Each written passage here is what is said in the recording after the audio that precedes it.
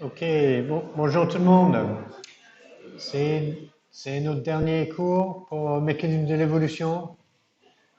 Ça y est, vous avez réussi, vous avez survécu. Euh, ok, donc pour notre dernier cours, le sujet ça va être l'évolution des hominines, notre lignée, et l'organisation du cours, ce sera de pour bien fixer où on se situe dans la phylogénie des primates et être clair sur ce que ça veut dire une hominine et une homininée.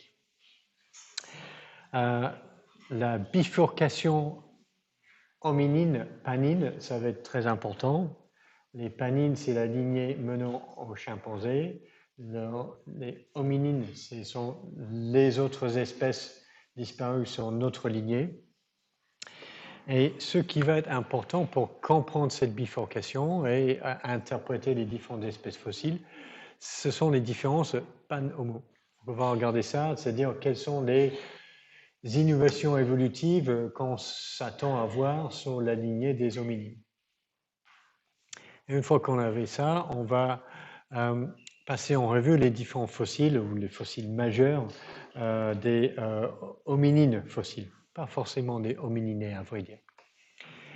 Et on va terminer par un regard sur les interactions entre Homo sapiens et les espèces archaïques disparues, Neanderthalensis et Denisova. Ok, donc ça c'est un peu notre programme. Alors,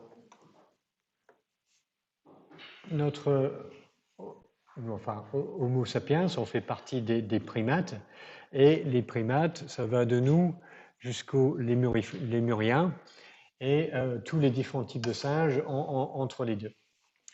Alors,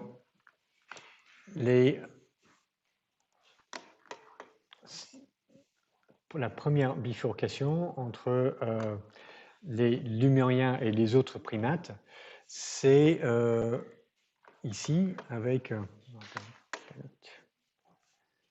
avec les tarsiformes. Et ensuite, on a les vrais singes, qu'on distingue entre singes du Nouveau Monde, qu'on retrouve en Amérique du Sud, et singes de l'Ancien Monde, c'est-à-dire en Asie et en Afrique, et un peu en Europe. Et ensuite, on a des gibbons, l'orang-outan, le gorille et les chimpanzés et puis nous. Alors, cette première bifurcation, ici, sépare les lémuriformes qu'on appelle les strepsirrhini. Ce sont des primates avec un pouce opposable, mais qui ont encore un truffe avec un nez humide, comme un chien, quoi. Tandis que les lémuriformes et tous les autres singes, on a un nez sec. Donc ça ce sont les haplorhini, ici. Alors, les vrais singes, ici, les simiiformes, que l'on distingue en singes de l'Ancien Monde ici et singes du Nouveau Monde, c'est encore une histoire de nez qui peut les distinguer. Donc, les singes que l'on trouve sur le continent sud-américain sont caractérisés par des narines qui sont séparées latéralement et qui sont organisées comme ça, ouvertes latéralement des narines. Tandis que nous et le reste des singes africains et européens sommes des catarrhini, c'est-à-dire les narines qui sont rapprochées ou ouvertes vers le bas. Donc c'est ça le trait qui sépare les catarrhiniens des platyrrhiniens. Alors, ensuite, on définit les hominoïdes comme les singes qui n'ont pas de queue, donc les gibbons, gorilles, orang-outans, chimpanzés et nous. Et ensuite, les hominoïdés qui sont orang-outans, gorilles, chimpanzés et nous. Il y a quelques différences qui nous séparent des gibbons au niveau du squelette, mais tout peut-être le plus important, c'est qu'on a un plissement du cortex du cerveau plus important chez les hominoïdés. Et ensuite, on a au sein des hominoïdés, les hominidés, qui sont ce qu'on pourrait appeler les grands singes africains, gorilles, chimpanzés et nous, et les homininés qui est le clade représenté par Homo sapiens, les deux espèces de chimpanzés, tout notre ancêtre commun et toutes les espèces fossiles disparues sur ces deux embranchements. Et cet embranchement ici va donner le clade des panines sur cette partie-là, et les hominines sont toutes les espèces fossiles disparues sur cet embranchement, menant à notre espèce Homo sapiens.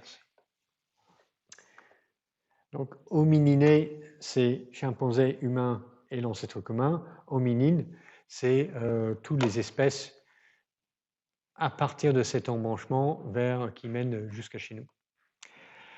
Alors, une des questions qui est importante pour interpréter les restes fossiles, c'est de connaître la date de cette première bifurcation entre la lignée des panines et la lignée des hominines. Et pour cela, il y a eu plusieurs équipes qui ont utilisé les données de séquences génomiques en comptant globalement le nombre de différences en moyenne entre un génome de chimpanzé et un génome humain, et en essayant de calculer le nombre de générations qui nous séparent de notre ancêtre commun et du coup, quelle était la date de cette bifurcation. Donc, les études effectuées entre 2006 et 2012 donnaient toute une datation de cette bifurcation relativement récente, d'il y a 4 à 6 millions d'années. Et ça, c'était un peu incohérent avec les dates des fossiles connus. Alors, une chose qui a changé l'interprétation, c'est un article qui a été publié en 2012. Et dans cet article, pour la première fois, ils ont intégré de nouvelles données dans ce type de calcul. Donc, d'une part, les auteurs ont intégré le véritable taux de mutation intergénérationnelle qui existe chez les humains et chez les chimpanzés. Donc, on a une mutation par 100 millions de paires de bases par génération chez les humains. Et une autre information qui était importante, c'était le temps en moyenne de génération chez les Homo sapiens et chez les chimpanzés. Et ici, ce qui était important et intéressant et nouveau, c'était que les chercheurs se sont dit, pendant la plupart de l'existence de notre espèce, on ne vivait pas comme ce qu'on fait maintenant, on n'est pas dans des grandes sociétés basées sur l'agriculture. Dans la plupart du temps de l'existence de notre espèce, on vivait comme des chasseurs-cueilleurs. Donc si on veut connaître l'âge moyen d'une génération pendant l'immense majorité de notre histoire d'espèce, il faut regarder chez les chasseurs-cueilleurs. Et donc, il y a eu des études menées pour observer des groupes qui existent encore, qui vivent indépendamment de l'agriculture. Et de façon étonnante, les femmes dans ces sociétés ont des enfants relativement tardivement. Donc, l'âge moyen des mères à la naissance des enfants, c'est 29 ans. Donc, c'est de là que vient ce chiffre pour la durée ou le temps d'une génération. Et de façon semblable, on a observé les groupes de chimpanzés vivant dans l'environnement naturel et un peu de façon semblable, les femelles chez les chimpanzés ont des enfants relativement tardivement. Donc, ce qui donne une âge moyenne à la naissance des enfants de 24 ou 25 ans. Donc, les temps de génération utilisés dans le calcul, dans ce papier, sont dérivés de vraies observations. Donc, si on met ces nouvelles données dans le calcul, donc le taux de mutation un peu moins que ce qu'on pensait et la durée de génération un peu plus longue que ce qu'on pensait auparavant, ça change le calcul. Et donc, depuis 2012, on donne le temps de datation de la divergence Pan-Homo entre 7 à 13 millions d'années. Donc ça a vraiment changé du simple au double avec l'intégration de ces nouvelles données. Donc c'est cette période-là qui est intéressante pour nous. Alors, une autre question qui est peut-être intéressante, c'est quels sont les caractères ou les innovations évolutives qui caractérisent notre lignée Homo. Et parce que c'est ça que on veut retrouver dans les différentes espèces fossiles.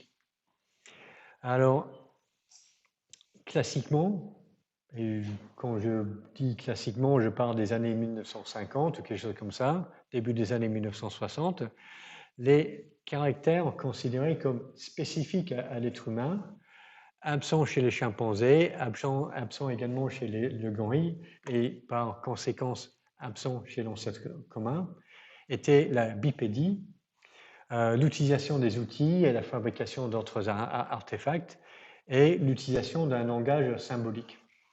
Donc on considérait dans les années 1950-1960 que clairement nous on possède ces attributs et on considère que ces caractères étaient totalement absents chez les chimpanzés.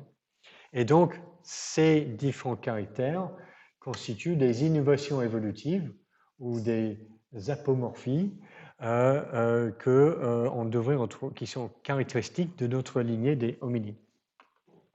Alors, ça vaut la peine de regarder un petit peu si c'est totalement exact, cette idée. Donc, d'abord pour la bipédie. Est-ce que les chimpanzés savent-ils marcher? Donc, si je démarre la vidéo, elle apparaît ici. Donc, je vais poser, je vais vous le mettre. Donc ça, c'est une vidéo d'une chimpanzé femelle qui porte son enfant sur son dos. Et on voit qu'elle avance sur ses deux pieds en bipédie. Et donc ça, c'est un comportement naturel des chimpanzés dans leur environnement naturel. Donc, pour la bipédie, on peut dire que les chimpanzés peuvent se déplacer sur leurs deux pattes arrière.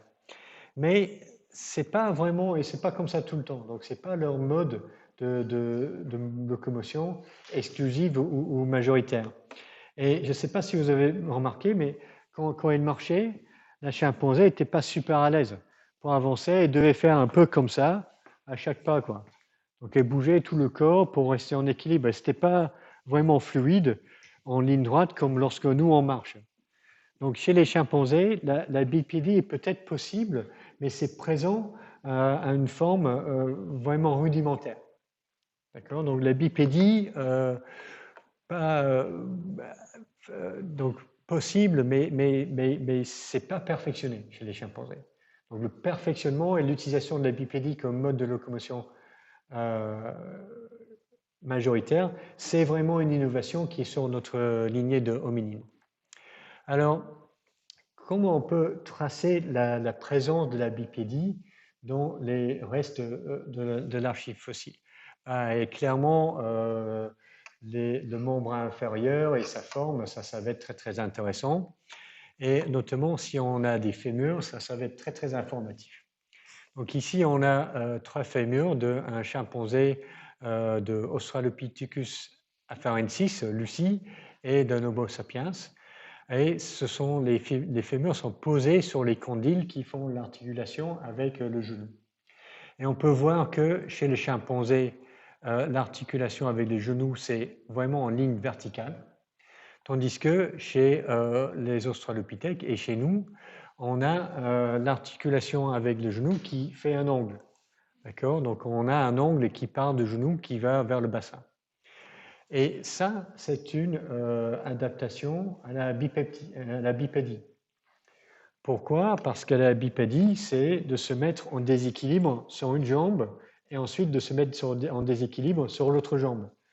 Donc si j'ai mes deux jambes qui partent en ligne droite comme ça, de la hanche, le genou, il va être sur un côté. Donc si je lève un pied comme ça, c'est en déséquilibre. Je vais avoir tendance à tomber.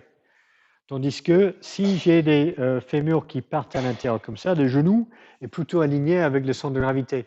Donc si je lève une jambe, j'ai pas trop de difficulté à rester en équilibre. Donc cet angle qui est formé par le fémur qui rentre vers l'intérieur, vers le genou, c'est clairement une adaptation à la bipédie. Alors l'autre chose qui est très clairement une indication de la bipédie, c'est la forme des os du pied.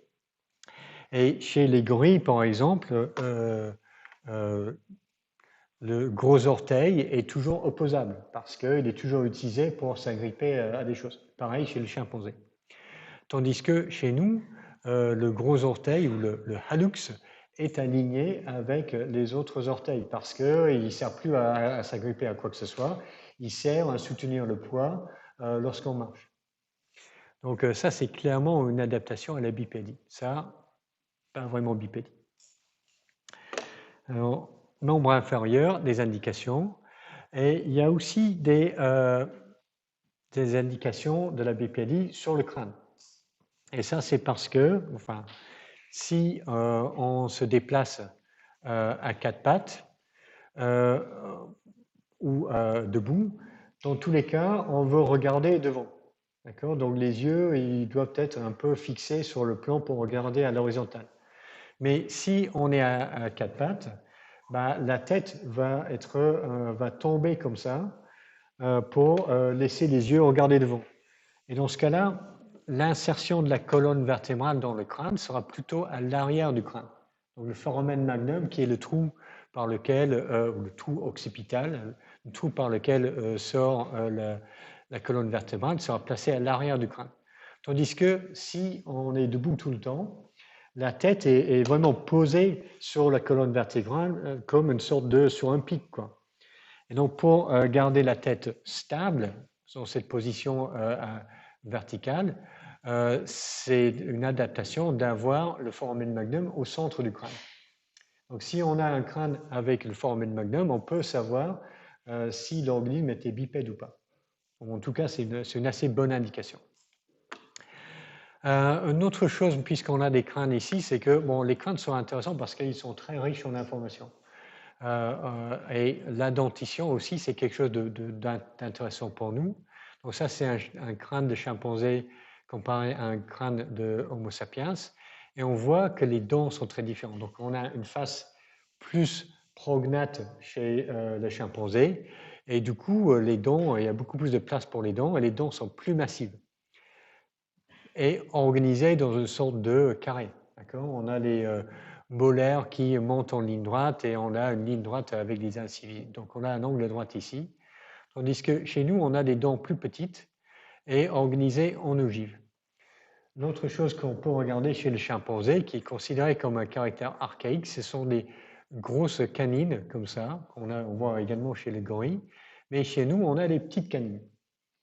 Donc on a quelques caractères dans la dentition qu'on peut considérer comme modernes, petites dents, ogives, petites canines, ou archaïques. Et ça va être intéressant pour essayer d'interpréter des fossiles. Et dernière chose qui permet, enfin pas la dernière chose, mais une autre chose qui est intéressante pour la bipédie, c'est la courbure lombaire, qui est une adaptation à la station debout. Donc, chez les animaux quadrupèdes, on a le dos qui est juste courbé comme ça. On se le courbe et c'est très bien comme ça. Tandis que chez nous, puisqu'on se met debout, il était obligé pour l'épine dorsale de se recourber pour bien placer le bassin pour être debout. Et donc c'est pour ça que si on a des vertèbres lombaires, c'est quelque chose qui donne une indication si l'individu était bipède ou pas. Et c'est aussi pour ça qu'on a tellement le mal de dos chronique, c'est un problème uniquement humain. On paye pour notre adaptation à la bipédie. Donc ça, ce sont des caractères que l'on va regarder, on va essayer de repérer chez les fossiles. Alors, Deuxième trait spécifique de l'espèce humaine, en théorie, c'est l'utilisation des outils. Et pareil, une autre évaluation des capacités des chimpanzés a pas mal changé de ces dernières décennies, avec des observations faites par notamment Jane Goodall dans le parc national de Gombe. Toujours en vie, Jane Goodall, mais elle a observé ces groupes de chimpanzés depuis presque 60 ans maintenant. Alors, donc c'est elle qui a pour la première fois documenté l'utilisation des outils par différents groupes de chimpanzés. Donc, par exemple, certains groupes de chimpanzés utilisent des pierres pour casser des noix. Et donc on a ce comportement montré sur la vidéo ici.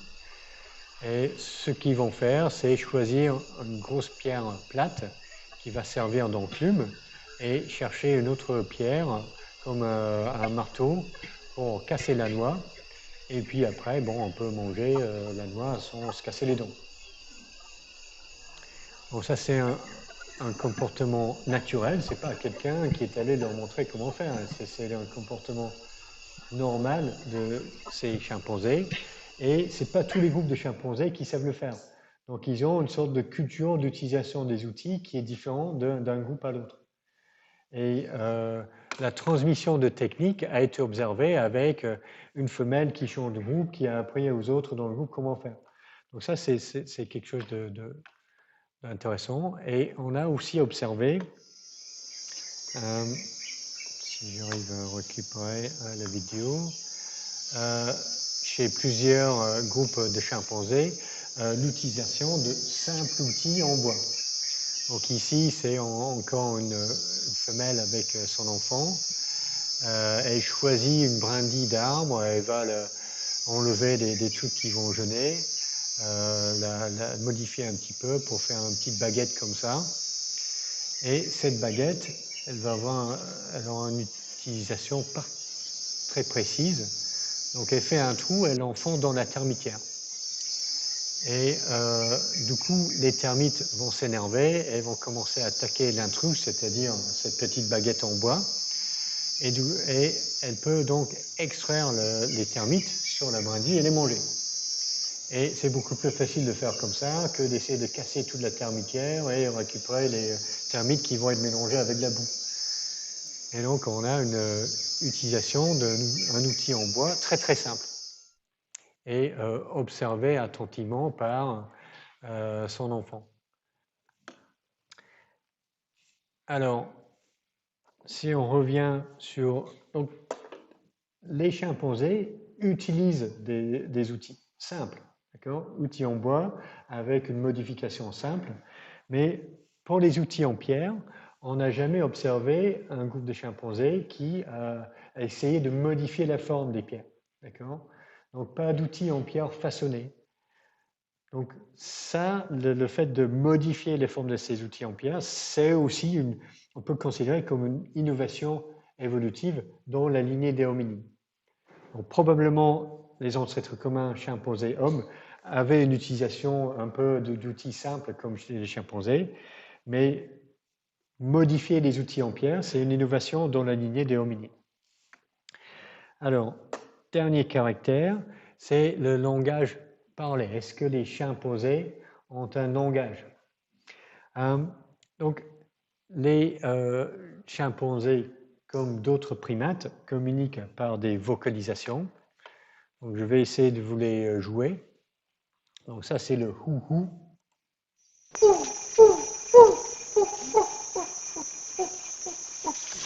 Attends, c'était rien, ça. Qu'est-ce qui se passe? Ah, il est en train de jouer dans mes écouteurs, excusez-moi. Il faut que je change les...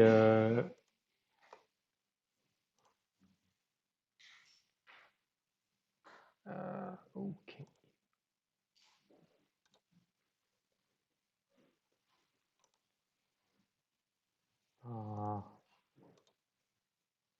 Ah, ça c'est qu'un peu...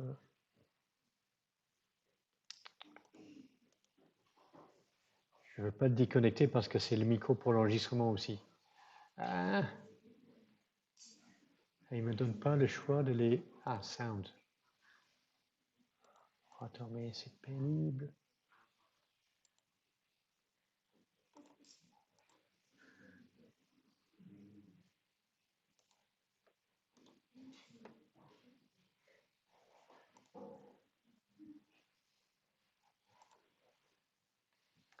Ah, je ne peux pas le paramétrer pour avoir que le micro et pas le son. C'est un peu pénible ça. Je vais essayer. Ok, bon, je rejoue le son, ok? Oui, on va essayer de jouer le hou-hou. Ah, maintenant, il fait rien. Oh, attends. Attends,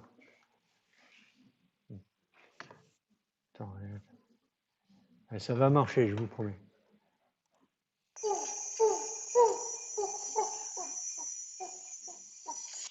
Ok, donc ça, c'est le hou-hou. Et apparemment, il y a 3 types de hou-hou qui veulent dire différentes choses. Donc, ça peut vouloir dire je suis là, je fais un truc, je suis là. C'est juste pour indiquer la présence. Une autre modification, c'est pour dire je suis là, mais je vais m'en aller. Ça va dire voilà, je vais partir. Et un troisième type de hou-hou, c'est plutôt une alarme, ça signale le danger. Donc c'est plutôt n'approchez pas, c'est dangereux. Il y a un truc. Troisième type de vocalisation, c'est le deuxième type, c'est le pantoot.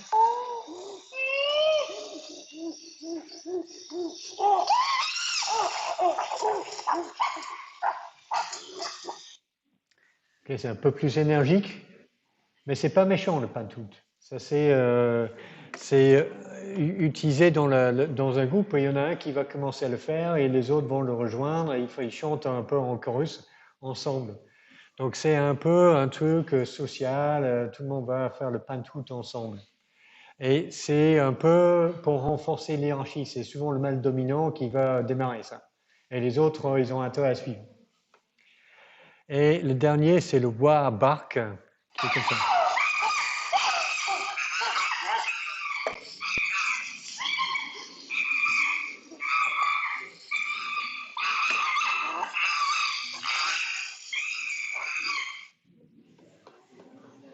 Ok, donc ça, c'est l'énervement. D'accord? Donc là, on est vraiment énervé, ça va se castagner. Donc on a la communication vocale chez les chimpanzés et on a aussi les expressions faciales qu'on peut assez reconnaître. Hein. Ok, donc là, il est content, là, il fronce des sourcils, pas content, là, il s'approche, il veut quelque chose, il veut démarrer une interaction. Alors, donc ça, c'est le type de communication vocale chez les chimpanzés. Et les linguistes, et je pense la majorité des primatologues aussi, ils sont d'accord pour dire que c'est très différent de ce que l'on a dans notre langage parlé. Et c'est beaucoup plus proche de ce que l'on voit chez les autres primates. Donc, c'est-à-dire qu'il y a une sorte de répertoire de cris, et chaque cri est lié à une signification un peu particulière, relativement directe. Mais on a une palette qui est relativement restreinte. Et on n'a pas vraiment l'indication que les chimpanzés vont combiner les différents mots dans leur répertoire pour communiquer quelque chose de complexe. Donc il y a vraiment un vrai fossé entre le langage parlé chez nous, les êtres humains, et la communication vocale naturelle chez les chimpanzés. Donc pour le bipédie, utilisation des outils, on a vu que ça existe un petit peu sous forme rudimentaire chez les chimpanzés, mais pour le langage parlé, c'est vraiment très très différent. Donc on n'a pas l'indication qu'il existait les débuts d'un langage parlé entre nous, les chimpanzés, et notre ancêtre commun. Donc ça, c'est une vraie innovation chez la lignée hominide. Mais évidemment, c'est le plus difficile à tracer dans l'archive fossile, parce que les sons sont fabriqués par la langue, le larynx, c'est pas conservé dans les fossiles, ça. Donc on a beaucoup plus de mal à savoir quand est-ce que le langage parlé a évolué sur la lignée des hominides. Mais on a quelques indications qu'on verra par la suite. OK, donc là, on va passer en revue les différentes ou certaines des hominines fossiles importants. Et on va les passer en revue de la date du fossile. Donc les plus anciens pour la date du fossile et pas leur date de découverte. Et c'est pour ça qu'on va commencer par Sahelanthropus tchadensis ou l'espèce fossile Toumaï, qui a été découvert en 2001 par l'équipe de Michel Brunet de l'Université de Poitiers. Et c'est vraiment un fossile très très intéressant. Et l'une des choses qui le rend un peu particulier, c'est qu'on l'a retrouvé au Tchad, tandis qu'auparavant, les autres fossiles d'hominines archaïques avaient été retrouvés en Afrique de l'Est. Donc on se dit, mais pourquoi est-il allé au Tchad, Michel Brunet, et il a pris le mauvais avion ou quoi? En fait, non, ce n'est pas un accident. Il est allé chercher des fossiles au Tchad pour une bonne raison. Donc, avant 2001, cette découverte, il y avait une hypothèse émise par Yves Coppens qui s'appelait le East Side Story, qui proposait que l'événement initial dans la bifurcation Pan-Homo, c'était un événement de spéciation allopatrique, avec une population qui va se trouver en isolement géographique à l'est de la vallée du Rift, qui va devenir la lignée Homo, et une autre partie de la population qui va se retrouver à l'ouest de la vallée du Rift, qui va donner la lignée Panine, et donc qui va donner les chimpanzés. Donc, très belle théorie, et comme toute belle théorie scientifique, c'est une théorie testable, on peut le tester. Et la conséquence de la théorie, c'est si on cherche à l'ouest de la vallée du Rift, on doit trouver des espèces fossiles sur la lignée des panines, les ancêtres des chimpanzés. Donc si on va par là, on doit trouver les panines et pas les hominines. Alors, Michel Brunet et son équipe, ils partent au Tchad. Pourquoi au Tchad? C'est un environnement plutôt sec maintenant, mais il y a 5 millions d'années ou il y a 8 millions d'années, c'était un environnement plutôt humide et boisé. Donc un bon environnement pour les chimpanzés ou les espèces panines fossiles. Donc il va au Tchad. Qu'est-ce qu'il trouve? D'abord une espèce d'Australopithèque, déjà sur la lignée hominine, et ensuite il trouve ce fossile Toumaï. Très intéressant parce que le fossile date d'il y a 7 millions d'années, pile poil dans cette période de bifurcation hominine-panine. Donc la date est super intéressante. Alors, Toumaï, c'est quoi? C'est principalement un crâne un peu déformé, qu'on voit avec une petite capacité crânienne, face un peu prognate, mais un des caractères qu'il a très intéressant, c'est la canine qui reste encore attachée ici, et c'est une canine qui est plutôt petite et relativement moderne par rapport à une canine de chimpanzé. Donc déjà, c'est une indication que Toumaï, c'est sur la lignée des hominines. L'autre question sur Toumaï, c'est est-ce qu'il était bipède? C'est avant ça, donc avant la bipédie. Donc capacité crânienne plutôt petite, la même chose qu'un chimpanzé. Outils façonnés, non, il n'y a pas de reste d'outils façonnés sur le site qui date de cette époque. La question de la bipédie, donc si on a un crâne, on peut conclure ou avoir des indications sur la bipédie.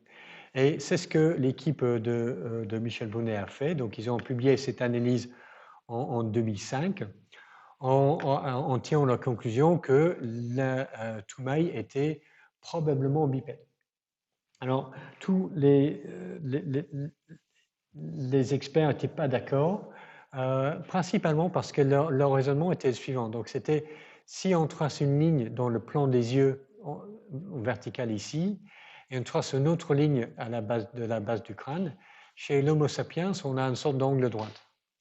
Si on fait la même chose avec un chimpanzé, on descend une ligne sur le plan des arcades des yeux, et une autre ligne sur la base du crâne, ça donne un angle aigu.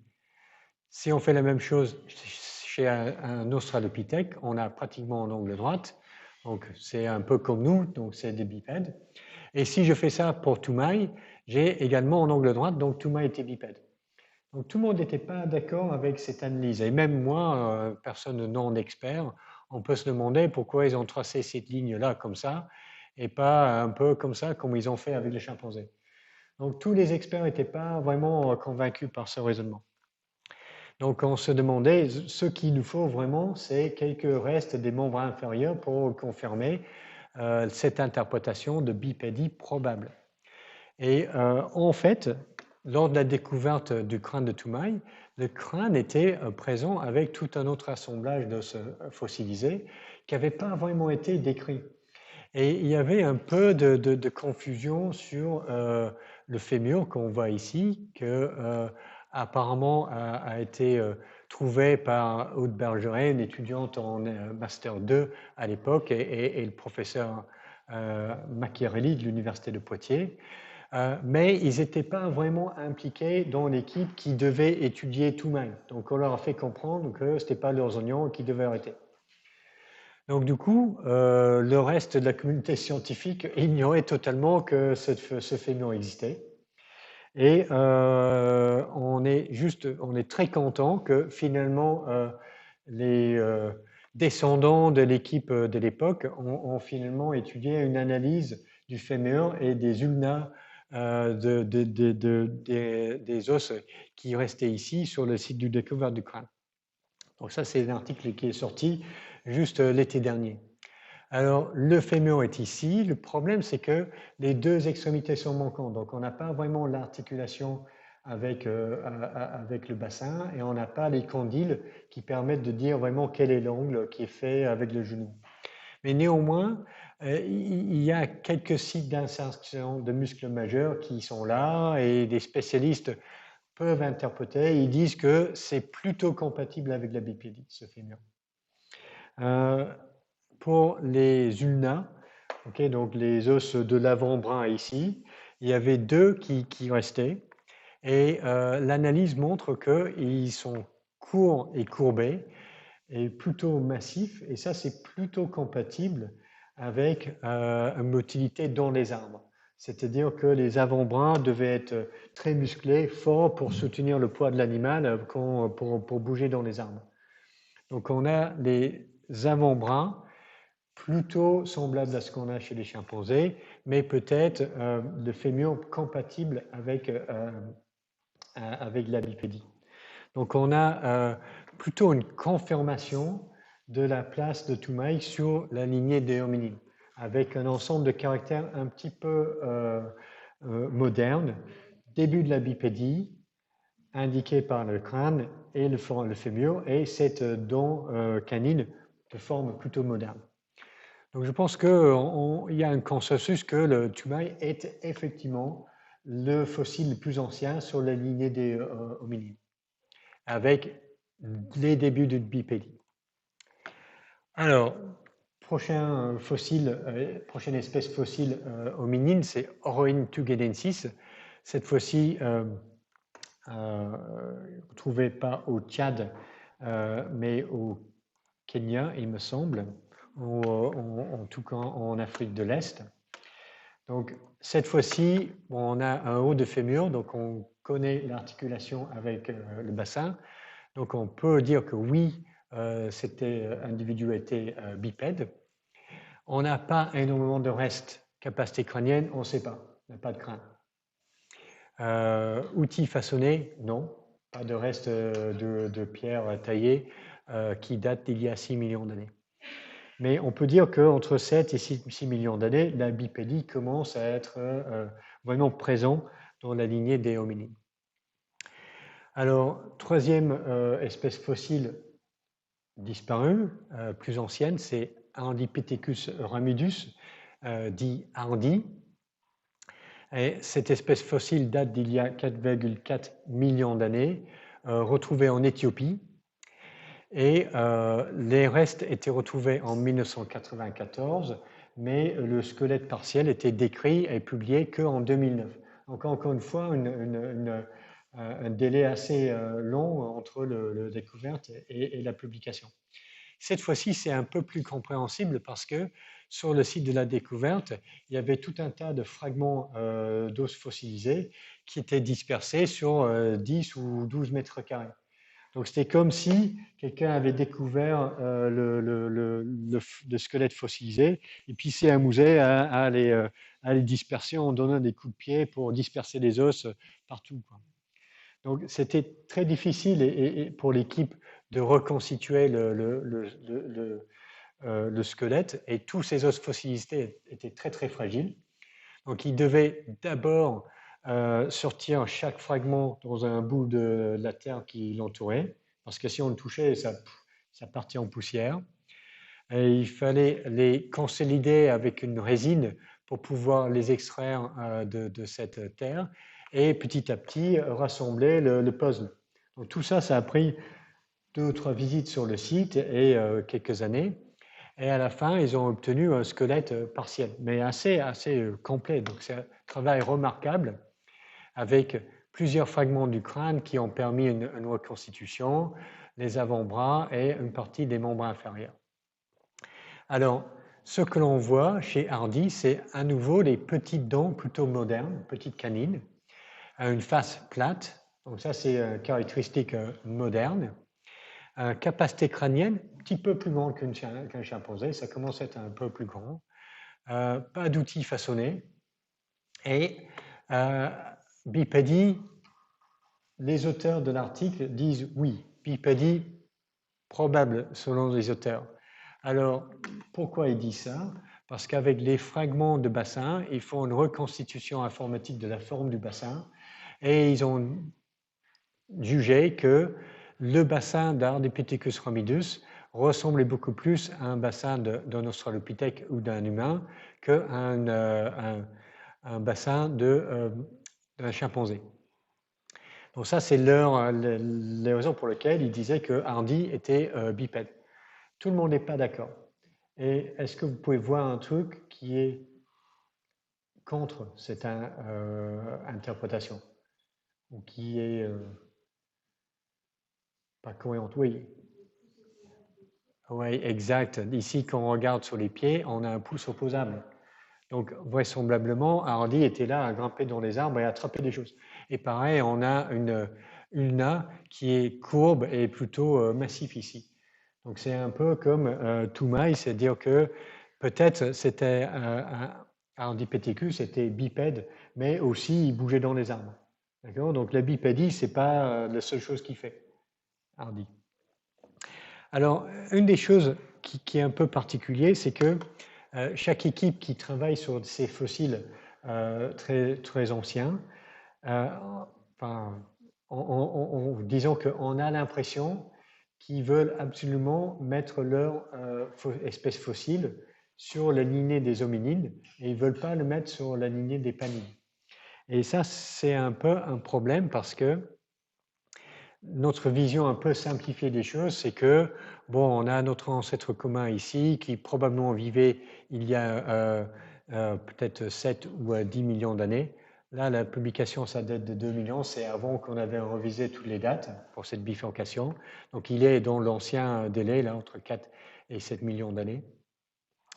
Mais l'idée, le principe, c'est le même, c'est que dans notre un peu vision des choses peut-être simpliste, c'est que on a une bifurcation et on a une lignée panine et une lignée hominine. Et chaque espèce fossile, on va essayer de le placer sur la lignée. Donc on a une lignée droite qui mène de l'ancêtre commun jusqu'à nous. Mais probablement, la réalité, ce n'était pas ça. Probablement, à chaque période, on devait avoir plusieurs espèces différentes dont la plupart allaient disparaître. Et seulement une partie va donner naissance à notre lignée ou à la lignée des panines. Et le problème, c'est que pour les espèces qui divergent juste avant ou juste après cette divergence panine-hominine, ils risquent d'avoir des combinaisons de caractères modernes et archaïques qui sont difficiles à réconcilier. Donc pour Toumaï, je pense qu'il y a un consensus que Toumaï est sur la lignée des hominines. Pour Ardipithecus ramidus, c'est difficile à dire. C'est difficile à dire si c'est peut-être sur une branche annexe qui en fait ne va pas donner lieu à les Australopithèques et Homo. Donc difficile à dire. L'autre problème que l'on a ici, c'est qu'on a un laps de temps de 3 millions d'années avec en gros 3 fossiles. Okay, donc on a un fossile, 1 million d'années sans rien, un fossile, 2 millions, et puis 2 millions d'années sans rien et un autre fossile. Donc les données sont très éparses, donc c'est très difficile de bien placer ces fossiles très archaïques.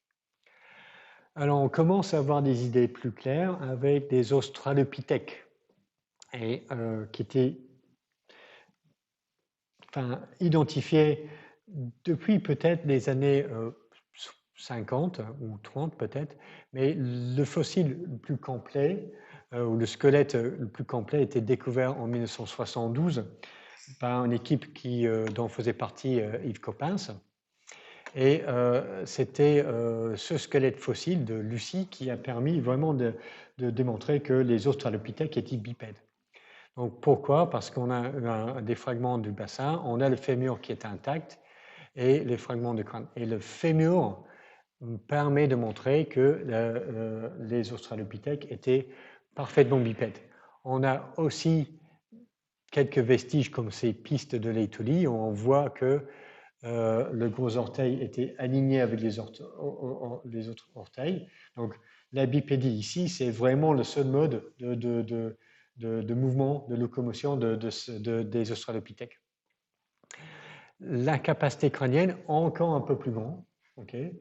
Donc on commence à avoir un peu plus de jugeote là-dedans. Donc bipédie, complètement oui. Capacité crânienne plus importante. Outils façonnés, pas encore clair, mais il y a de plus en plus d'indications que oui, les australopithèques étaient capables de tailler des pierres. Donc il y a, donc je vais parler de ça d'abord. Donc sur le site de Lomekwi au Kenya, il y a des outils en pierre taillée assez simples qui sur une strate qui date d'il y a 3,3 millions d'années. Et on n'a pas vraiment connaissance d'une espèce fossile du genre Homo qui vivait il y a si longtemps que ça. Mais à des époques un peu plus récentes, il y avait des espèces de Homo qui vivaient dans cette région. Et il y a aussi des restes d'Australopithèques dans cette région-là. Donc il y a toujours un peu d'incertitude sur quelle était l'espèce fossile qui fabriquait ces outils. Parce que sur ce site-là précisément, il n'y a pas d'ossements fossilisés, ni d'Australopithèques, ni d'Homo. Mais on sait que globalement, il y avait les deux dans cette région-là. Mais les espèces d'Homo, vraiment, personne n'en a trouvé aucune fossile datant d'il y a plus de 3 millions d'années. Donc c'est plus probable que c'était les Australopithèques de la région qui fabriquaient ces outils. Cohérent avec cette idée-là, il y a des ossements fossilisés qui gardent les traces de taille qui ont été faits avec des outils en pierre. Donc cet os fossilisé-là, d'un animal cette fois-ci, ce n'est pas un os d'Australopithèque, il y a des sortes de petites lignes ici qui ne sont pas faits avec des dents, sont forcément faits avec un outil en pierre. Et cet ossement fossilisé date d'il y a 3,4 millions d'années en Éthiopie. Et dans cette région-là, à cette époque-là, il y avait uniquement Australopithecus afarensis qui existait. Donc, il y a un faisceau d'arguments pour indiquer que les Australopithèques avaient la capacité de fabriquer des outils en pierre taillée. Alors, peut-être en lien avec ça, on peut imaginer que l'utilisation de ces outils ont donné un avantage sélectif aux Australopithèques. Mais en tout cas, on constate qu'il y a une radiation des Australopithèques sur le continent africain avec différentes espèces d'Australopithèques retrouvées à différentes époques, à différents endroits en Afrique, sur une période qui s'étend de il y a 4,3 millions d'années jusqu'à il y a 2,5 millions d'années. Donc les Australopithèques en Afrique, ils dominent pendant une période d'à peu près 2 millions d'années. Ensuite, Ok, oui, un autre truc, les relations phylogénétiques ne sont pas claires, c'est-à-dire qu'on ne sait pas si Afarensis était l'ancêtre de Africanus ou si Anamensis était l'ancêtre de Afarensis, etc. C'est difficile de dire. Mais à la fin d'un peu de cette ère de Australopithèque, ils disparaissent et ils sont remplacés par deux genres différents, qui sont Paranthropus et Homo. Donc, l'une de ces espèces, ou peut-être deux de ces espèces de Australopithèque, sont les ancêtres de Paranthropus et Homo. Donc, Paranthropus, je ne vais pas en parler ici, mais globalement, c'est une espèce de hominine, mais qui développe un mâchoire beaucoup plus robuste pour spécialiser dans la, dans la consommation d'aliments un peu durs à mâcher. Tandis que Homo est caractérisé par plus d'utilisation d'outils en pierre et capacité crânienne plus développée et à nouveau les dents qui restent petites, donc qui deviennent encore plus petites. Donc c'est le genre Homo qui nous intéresse plus particulièrement. Donc Paranthropus n'existe plus, aucun descendant vivant de ce genre Paranthropus. Alors, le genre Homo, première espèce fossile identifiée, c'était Homo habilis, découvert au Kenya par l'équipe de Louis Leakey dans les années 1960. On commence à avoir un crâne vraiment moderne, face plate, dentition plutôt moderne, clairement bipède, capacité crânienne qui commence à être plus grande et clairement les outils façonnés. Cette fois-ci, les Homo habilis avec des outils de la culture olduvaienne. On ne peut pas vraiment dire que c'est plus élaboré que ça. Okay. Il y a des techniques différentes selon les spécialistes, mais je ne sais pas, moi, si c'est vraiment une avancée significative. Peut-être que oui. Alors ensuite, on a à nouveau une radiation des différentes espèces Homo en Afrique et pour la première fois en dehors du continent africain. Donc c'est avec Homo erectus qu'on voit, et Homo ergaster, qu'on voit les premières hominines quitter le continent africain et aller s'installer en Asie et en Europe. Alors, les désignations d'espèces ne sont pas admises par tout le monde. Ce n'est pas tout le monde qui pense que Habilis et Rudolfensis sont deux espèces distinctes parce qu'ils vivaient à peu près dans la même région à la même époque et les différences morphologiques ne sont pas énormes. Donc il y a des gens qui disent que tout ça c'est Homo habilis. On n'a pas vraiment... c'est pas justifié de les distinguer en deux espèces. Et pareil pour la distinction Ergaster erectus. Donc Homo erectus, la description de l'espèce est basée sur des échantillons découverts en Europe et en Asie. En Asie d'abord en fait. Et ensuite, les fossiles de morphologie semblable étaient découverts en Afrique et donc ont donné un nom différent, Homo ergaster. Mais il y a des gens qui disent que tout ça c'est la même espèce. Et en fait, ce que l'on a, c'est Ergaster qui quitte le continent africain, qui s'installe un petit peu en Europe et qui va en Asie. Et ce sont les formes plus récentes, plus modernes, qui sont vraiment le Homo erectus, typiquement asiatiques et qui commencent à être un peu différents des formes africaines. Alors, que l'on admette ou non la distinction Ergaster erectus, c'est ce groupe-là qui vraiment commence à faire des choses plus élaborées dans la culture de pierre taillée. Donc, ce sont les premiers qui fabriquent les bifaces avec la technologie ou la culture dite acheulienne, nommée après un site en France, je pense que c'est la Sainte-Acheul. Et c'est aussi les premiers hominines qui laissent les traces de l'utilisation du feu. Donc ça aussi, ce sont des avancées technologiques assez importantes. Mais ça prend du temps. À chaque fois, on prend des dizaines de milliers d'années ou des centaines de milliers d'années pour avoir une petite avancée technologique. Et ça, c'est quelque chose de très, très difficile pour nous de comprendre parce que moi et mes parents, on a vu des avancées technologiques énormes dans l'espace d'une vie, quoi. Tandis qu'ici, là, nos ancêtres, là, ils passaient probablement les milliers de générations et la technologie restait sans bouger. Et donc l'innovation technologique était super lente pendant des centaines de milliers ou des millions d'années. Alors, Homo erectus, c'est le premier qui quitte le continent africain, avec les premières formes trouvées en Géorgie et en Indonésie il y a 1,8 million d'années, et les populations qui s'installent localement en Asie de l'Est, qui restent là pendant plusieurs centaines de milliers d'années. On pense qu'effectivement, l'origine, c'est peut-être plutôt à nouveau en Afrique de l'Est ou en Afrique australe. Alors, après cette dispersion de Homo erectus en dehors du continent africain, on commence à avoir différentes populations du genre Homo qui sont localisées à différents endroits dans le monde. Donc, on a Heidelbergensis, qui est une forme plus récente, que l'on trouve en Afrique, en Europe et en Asie occidentale.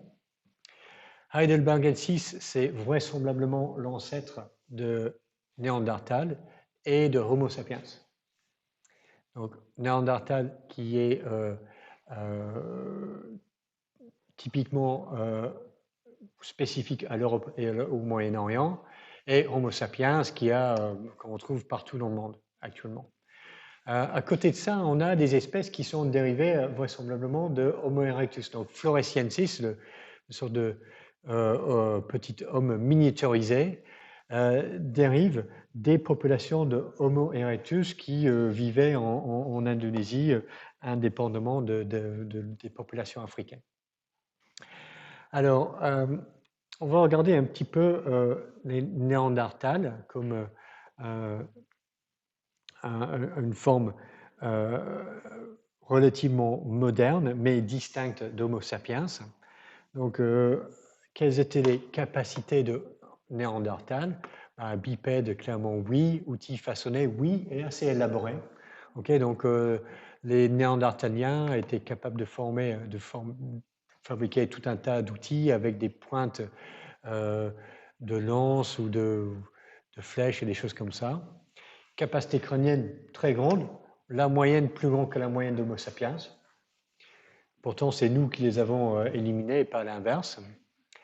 Et vu qu'il existe aussi des ossements de Néandertaliens, il a été possible d'extraire l'ADN de ces ossements et de ces dons et de séquencer les génomes de Néandertal. Et avec des études d'horloge moléculaire, on peut dater la bifurcation Néandertal-Sapiens il y a 500 000 ans. Et ça, c'est très cohérent avec Heidelbergensis étant notre ancêtre commun. Alors, bipédie, oui. Capacité crânienne, oui. Grande capacité crânienne. Outils façonnés plutôt très élaborés. La question, c'est est-ce que Néandertal avait une sorte de culture comme nous? Est-ce qu'ils avaient une culture de type humaine? Et il y a de plus en plus d'indices pour dire que oui, les Néandertals étaient vraiment des humains comme nous. Donc, sur des ossements et des fossiles, on voit qu'il y avait des individus qui avaient survécu à des blessures très graves, ce qui veut dire qu'ils prenaient soin de leurs blessés et de leurs individus, de leurs personnes âgées. Et il y a aussi des indications qu'ils enterraient leurs morts. Donc, ce site en France, il y a des indications qu'ils avaient creusé le fossé pour déposer le corps du défunt. Et généralement, sur les ossements et les fossiles de Néandertaliens, il n'y a pas de marque de carnivore. Donc, du coup, si le groupe avait juste laissé le cadavre d'un individu là, par terre, tout de suite, les charognards, ils arrivent pour le bouffer. Et à ce moment-là, on a des marques, des traces de carnivores sur les os et sur les fossiles qui restent. Et ce n'est pas le cas chez les Néandertaliens, donc on pense qu'au moins un certain groupe, ils ont enterré leurs morts. Il y a aussi quelques restes culturels, éventuellement, où par exemple, ce cercle de stalagmites dans la cave de Bruniquel, aussi un site en France. Donc, je vais vous montrer ça en vidéo parce que c'est assez spectaculaire. Ah, mais je ne suis pas... Donc, avant de vous montrer, juste pour dire que donc, le site date d'il y a 176 milliers d'années, et c'est bien une centaine de milliers avant que Homo sapiens arrive sur le continent européen. Donc, il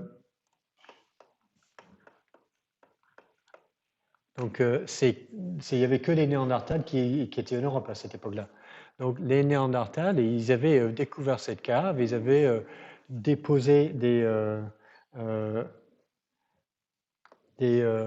stalagmites en cercle. Et puis, voilà, là, je vais pouvoir vous montrer le vidéo. Donc, c'est une équipe de CNRS qui étudie ce site et qui fait cette petite vidéo. Okay, donc, on voit le cercle des stalagmites qui sont déposés spécifiquement. Donc, ils ont cassé les stalagmites et les ont déposés dans un cercle avec une sorte de partie centrale. Et c'est absolument pas une formation naturelle. Donc, il y a quelqu'un qui est allé dans cette cave, qui a cassé les stalagmites, qui les a organisés par là. Donc, ça ressemble un petit peu comme les cercles de monolithes qu'on trouve dans les sites paléolithiques ou néolithiques. Donc, vraiment, ça ressemble à une sorte d'ancien temple utilisé par les Néandertaliens. Et on commence à trouver quelques petits artefacts comme cet os gravé qui date d'il y a 50 000 ans. Pareil, il n'y avait pas encore de sapiens. Et cet os gravé, ce n'est pas un outil, ce n'est pas pour faire quelque chose. Oui, une question.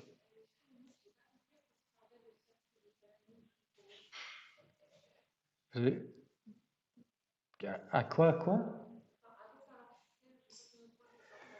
À quoi ça leur servait? À quoi servait ce cercle de stalagmites aux Néandertaliens? C'est difficile de savoir. Tout ce qu'on peut faire, c'est de deviner, quoi. C'est comme si les autres grottes, on pense que peut-être c'était une utilisation rituelle, c'était un site sacré ou quelque chose comme ça. Mais c'est un peu difficile de savoir, quoi. Donc, mais par comparaison à d'autres sites préhistoriques, on peut imaginer que c'est le même type d'utilisation.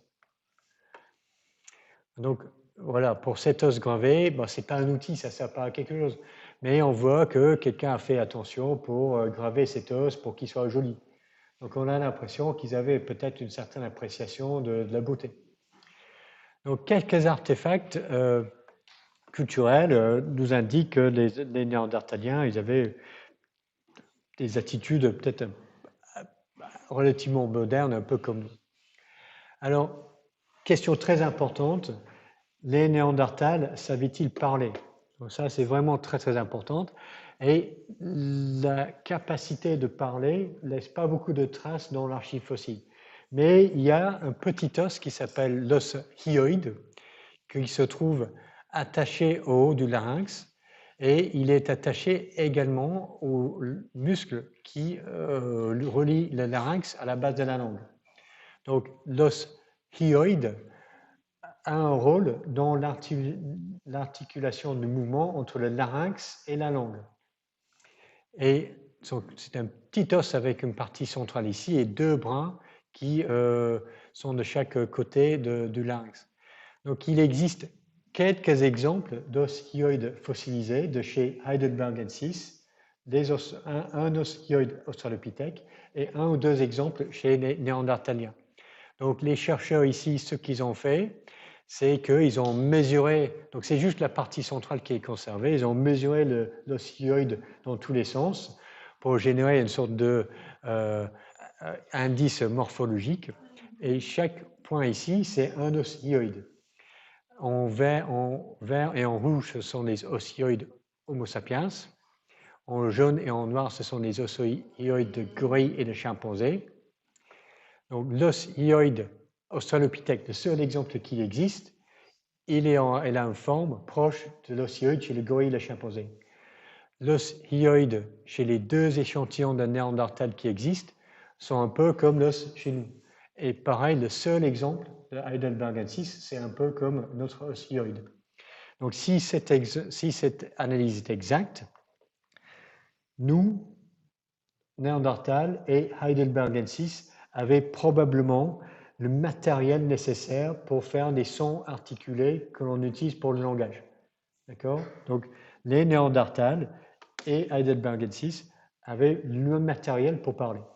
Alors, est-ce qu'ils avaient le logiciel? Donc, le logiciel, la question, l'indication vient de l'analyse du gène FOXP2. Et on sait que ce gène est important pour l'acquisition des langages parce qu'il y a des familles avec des déficits héréditaires dans l'acquisition du langage. Et le gène responsable, c'est le gène FOXP2 qui est muté. Donc, lorsqu'il est muté, ce gène-là, on n'arrive pas à acquérir le langage. Alors, c'est un facteur de transcription qui est exprimé dans le cerveau et sa séquence est très fortement conservée chez tous les primates, sauf chez nous, où on a 2 mutations non synonymes. Donc, c'est un gène qui a fait l'objet d'une sélection positive lors de notre évolution et qui est lié à l'acquisition du langage. Alors, qu'est-ce qu'on voit si on séquence le même gène chez Néandertal? C'est la même chose. Okay? Donc, Néandertalensis avait la séquence de FOXP2 qui est liée un petit peu à l'acquisition du langage. Donc, on pense aussi que les Néandertals avaient un peu les capacités mentales pour utiliser un langage symbolique. Et puisqu'on a les mêmes mutations chez Néandertal et chez nous, et qu'on a tous les deux descendus d'Heidelbergensis, probablement l'ancêtre commun, Heidelbergensis, savait parler. D'accord? Donc c'est à partir de ce moment-là où on voit l'apparition de langage dans la lignée hominine. Ok, donc pour les dernières 10-12 minutes, je vais parler peut-être un petit peu des interactions entre Homo sapiens et les différentes espèces hominines archaïques qu'on a pu rencontrer. Alors, donc, entre Heidelbergensis, Néandertal, les différentes espèces dérivées de Homo erectus, on a au moins 4 espèces distinctes de Homo qui sont apparues à différents endroits dans le monde dans les derniers millions d'années. Donc, on pourrait se poser la question, donc, quelle était donc l'origine de notre espèce Homo sapiens? Et il est certainement clair que Homo sapiens avait son origine à nouveau sur le continent africain. Pour 2 raisons. Donc, les plus anciens fossiles d'Homo sapiens sont tous sur le continent africain, avec le recordman pour l'instant au Maroc, donc avec un fossile trouvé ou décrit en 2017. Et une autre indication, c'est que si on regarde la phylogénie moléculaire des populations actuelles, la racine de toutes nos populations est dans les populations dans l'Afrique subsaharienne. Donc, Homo sapiens a clairement une origine africaine. Alors, ce n'est pas vraiment super clair quelle région d'Afrique avait les premiers Homo sapiens. Parce qu'on a des fossiles Homo sapiens très anciens au Maroc et pas mal anciens dans l'Afrique de l'Est. Donc, on ne connaît pas vraiment la région d'Afrique qui a vu pour la première fois Homo sapiens. Mais pendant au moins 100 000 ans, peut-être un peu plus, 200 000, Homo sapiens reste restreint au continent africain. Il y a des indications de premiers Homo sapiens qui sortent sur le Moyen-Orient il y a 180 000 ans, mais ils ne s'installent pas durablement. Donc les sites sont réoccupés par les Néandertaliens après. Les premières sorties durables d'Homo sapiens du continent africain datent d'il y a 80 000 ans. Et ensuite, ça va très très vite. Donc on a des restes Homo sapiens en est de l'Asie d'il y a 80 000 ans. En Australie, il y a 65 000 ans. Et les Homo sapiens commencent à pénétrer sur le continent européen il y a 50 000 ans. Donc, il y a 50 000 ans, il y avait déjà les Néandertaliens en Europe. Donc on peut se demander que s'est-il passé lorsque les deux groupes d'hominides se sont rencontrés. Avant de parler de ça, il faut quand même introduire un troisième personnage dans l'histoire, qui est l'espèce Homo denisova, qui était découverte à partir d'une dent. Donc cette dent-là était retrouvée dans une cave en Sibérie, la cave dite de Denisov, et la forme de la dent était un peu différente des formes des dents néandertaliens qui étaient connues. Donc à l'époque, les chercheurs, la question qui se posait, c'était est-ce que ça c'est une dent humaine, Homo sapiens, une dent néandertale? Et vu que c'était une dent et que la technologie avait avancé, on s'est dit on va séquencer l'ADN et on va savoir si c'est un néandertal ou un humain. Et la grande surprise, c'est que c'était ni l'un ni l'autre, c'était en fait une espèce distincte. Donc on a découvert comme ça en 2010 l'existence d'une nouvelle espèce d'hominine éteinte, Homo denisova, qui vivait en Sibérie. Alors, Denisova existait en Sibérie, Néandertal existait en Europe, Homo sapiens arrive. Quelles étaient les relations entre ces deux groupes? Et une des questions importantes, très importante question, est-ce qu'ils ont fait crac-crac? Pour dire gentiment, est-ce qu'ils ont laissé une descendance commune? Est-ce qu'ils étaient interfertiles? Toute nature humaine, c'est que lorsqu'on rencontre un autre individu humain, on a envie de s'accoupler avec eux. Donc nos ancêtres sapiens, néandertaliens, dénisoviens, ils n'étaient probablement pas différents. Donc comment on peut savoir? La logique, c'est de chercher des allèles qui sont partagés entre les néandertaliens et les populations non africaines. Pourquoi? Parce que si on a un allèle qui est partagé entre les néandertals et les individus modernes africains et non africains, ça veut dire que cet allèle avait son origine chez l'ancêtre commun et qu'ensuite il a été hérité chez les néandertals et qui est présent dans toutes les populations humaines modernes. Or, si on a un allèle qui est partagé uniquement par plutôt, si on a un allèle qui est spécifique des néandertaliens, qui a ensuite été transmis par une hybridation et une descendance commune aux populations Homo sapiens européennes, cet allèle-là, on doit le trouver dans les populations néandertaliennes, populations humaines modernes, européennes, éventuellement asiatiques, mais pas des populations en Afrique sous-saharienne. Et en effet, il y a un certain nombre d'allèles qu'on a dans le patrimoine génétique humain moderne non africaine qui avaient une origine néandertalienne. Et donc on considère que c'est à peu près 2,5% des allèles dans les populations non africaines européennes et jusqu'à 5% des allèles chez des Mélanésiens sont dérivés des Denisoviens. Donc c'est uniquement les populations d'Afrique subsaharienne qui sont les Homo sapiens purs. Nous, le reste du monde, on est des hybrides contre nature. Alors ça, ces découvertes-là ont obligé un peu tout le monde à reviser les modèles de spéciation ou des modèles d'interaction entre Homo sapiens et les autres espèces hominines archaïques. Donc jusqu'à ces découvertes, il y avait deux modèles. Donc l'un qui était ce qu'on appelle la continuité multirégionale, qui proposait que en Asie, en Europe, on avait des populations de hominines comme Homo erectus néandertal, et que lorsque on avait des nouvelles vagues d'entrée Homo sapiens qui arrivaient, il y avait toujours une sorte de continuité régionale. Et donc que les différences entre les continents dérivaient vraiment de cette dispersion initiale de Homo erectus. À côté de ça, on avait le modèle Out of Africa qui disait que non, ça c'est faux. Toutes ces lignées hominines régionales, Europe, Asie, etc., ils ont tous été remplacés par les Homo sapiens modernes lorsqu'ils sont sortis du continent africain. Et globalement, jusqu'à il y a 2010, toutes les analyses génétiques étaient favorables au modèle Out of Africa.